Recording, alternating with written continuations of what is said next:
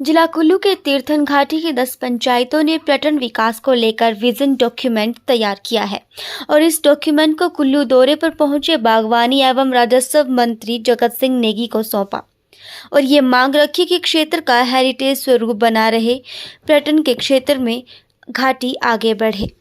इसके लिए एक पॉलिसी बनाने की आवश्यकता है। घाटी की पंचायत प्रतिनिधियों ने सरकार से मांग रखी है कि उनके क्षेत्र की पंचायतों ने जो विजन डॉक्यूमेंट का प्रस्ताव पारित किया है उसे विधानसभा में पास किया जाए ताकि यहाँ का प्राचीन स्वरूप ऐसे ही बना रहे और पर्यटन के क्षेत्र में घाटी और आगे बढ़े। आपको बता दें कि इस तरह के प्रस्ताव को घाटी की 10 पंचायतें पास कर चुकी हैं, जिन्होंने सरकार से इस पॉलिसी को बनाकर पंचायतों को अधिकार प्रदान करने की मांग रखी है। हालांकि ये विजन डॉक्यूमेंट शर्ची पंचायत ने मंत्री को सौंपा है, जबकि इस तरह की प्रस्ताव घाटी की 10 पंचायतें पास कर चुकी हैं और सरकार से मांग की है कि क्षेत्र को इको टूरिज्म जोन घोषित किया जाए। जो ग्रेट हिमालयन नेशनल पार्क जो एंट्री गेट है वो मेरी पंचायत में पड़ता है। हम वहाँ की टूरिज्म को ऐसा डेवलप करना चाहते हैं कि लोग वहाँ पर दोबारा भी आए।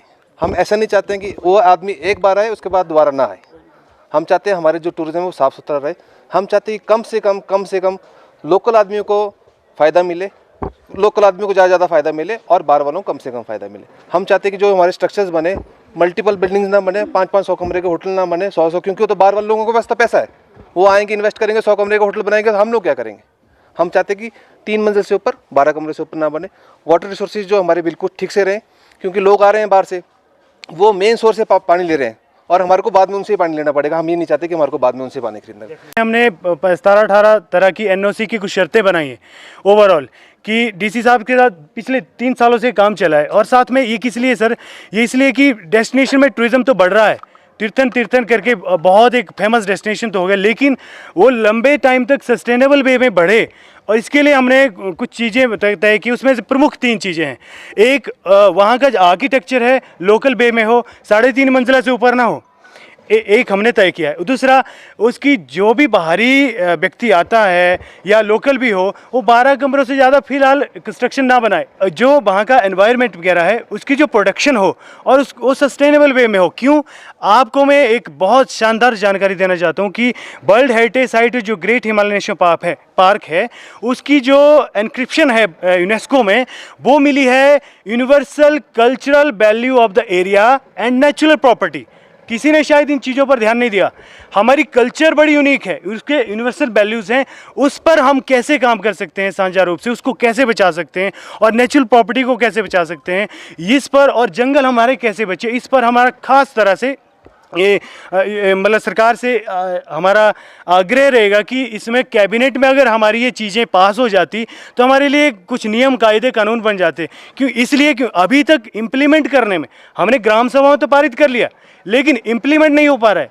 क्योंकि विभागों को भी जानकारी तो दे दी लेकिन सहयोग पूरा नहीं मिल पा रहा है। अगर कानून बन जाए तो इम्प्लीमेंटेशन में बहुत आसानी हो जाएगी और इससे क्या होगा, वहाँ के जो स्थानीय लोग हैं, लोकल कम्युनिटी है, वो बची रहेगी, वो उसके संसाधन बचे रहेंगे, लंबे टाइम तक हमारा ये टूरिज़्म जाएगा। और ये इसलिए भी ज़रूरी है क्योंकि हमने सर यहाँ पर 1000 साल और भी रहना है। व्यवसायी लोग आएंगे 15-20 सालों के लिए, 25 सालों के लिए, डेस्टिनेशन ख़राब हो जाएगा, फिर चले जाएंगे।